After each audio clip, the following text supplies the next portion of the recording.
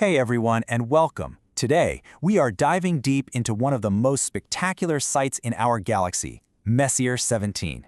Now, you might know it as the Omega Nebula, or my personal favorite, the Swan Nebula. We're about to find out what's really going on inside this incredible cosmic cloud. I mean, just look at that. It really does look like a celestial swan, doesn't it? This gigantic cloud of glowing gas and dark dust is way out there, about 6,850 light-years away from us, in the constellation Sagittarius. It's a huge favorite for astronomers, and you're about to see exactly why. But here's the real question, the one that kicks off our whole investigation today. Is this just some beautiful static postcard from space? Or are we actually looking at the scene of something dynamic, maybe even a little violent? Well, we're going to be detectives and uncover the secrets hidden inside. So to solve this mystery, we can't just rely on our eyes. The beautiful visible light we see, it only tells us part of the story. To really get the full picture, we've got to look beyond the visible spectrum, into different kinds of light that can show us what's hiding in there. Think of it like this. Visible light, what we can see, it shows us the glowing surface of that gas cloud. It's gorgeous, for sure, but all those dark lanes of dust are basically blocking our view of what's happening deeper inside. But infrared light. That's our first real detective tool. It can peer right through all that cosmic dust, kind of like X-ray vision for smoke, to reveal the secrets hidden within. Okay, so let's look at that same patch of sky again, but this time through an infrared survey. Whoa! Now, what's so cool here is this gigantic bubble structure, which we've outlined in yellow. Scientists have a name for it. They call it the M17 extended bubble. And it's this massive shell of dust that's pretty much invisible in a normal photo. And when I say massive, I am not kidding. The diameter of this bubble is about 20 parsecs. Now, a parsec is just over 3.2 light-years, so you do the math. We're talking about a structure that is over 65 light-years across. It absolutely dwarfs the bright, pretty part of the nebula we normally see. And right there, that gives us our first major clue in this case. There is a mysterious, absolutely enormous bubble expanding out from the nebula, and you know what? Something incredibly powerful had to have created it. But wait, there's more. That infrared view didn't just show us the bubble. Peering through that dust revealed something else.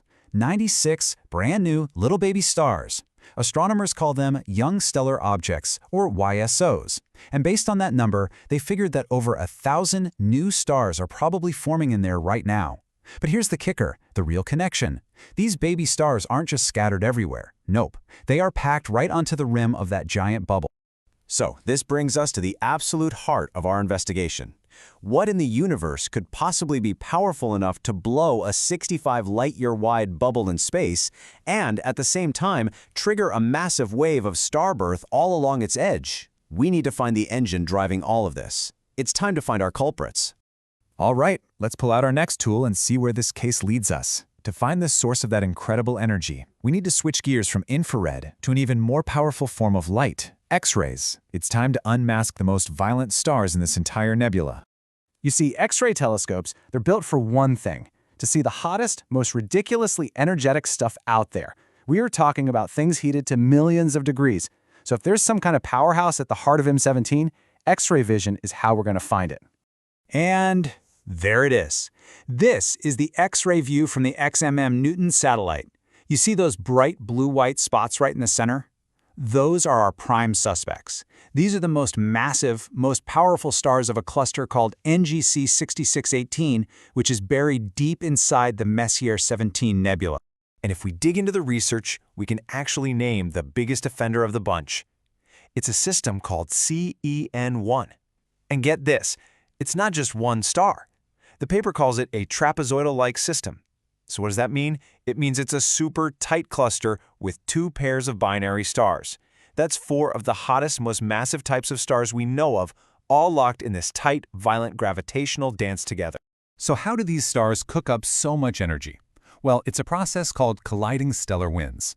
These huge stars are constantly blasting out these powerful streams of particles. But in a crowded system like CEN1, those winds have nowhere to go, so they slam into each other at incredible speeds. That collision creates massive shock waves that heat up the gas to millions of degrees, making it glow like crazy in X-rays. That's the violent engine we've been looking for. So there we have it. We found our culprits, those supermassive O-type stars right at the heart of the nebula. Now we just need to put all the pieces of evidence together and finally solve the case of Messier 17.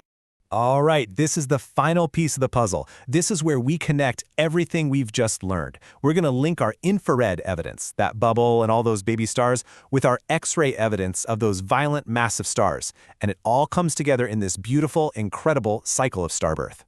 So here's how the whole story plays out. First, an initial generation of massive stars, like the ones in Sen 1, is born deep inside that gas cloud.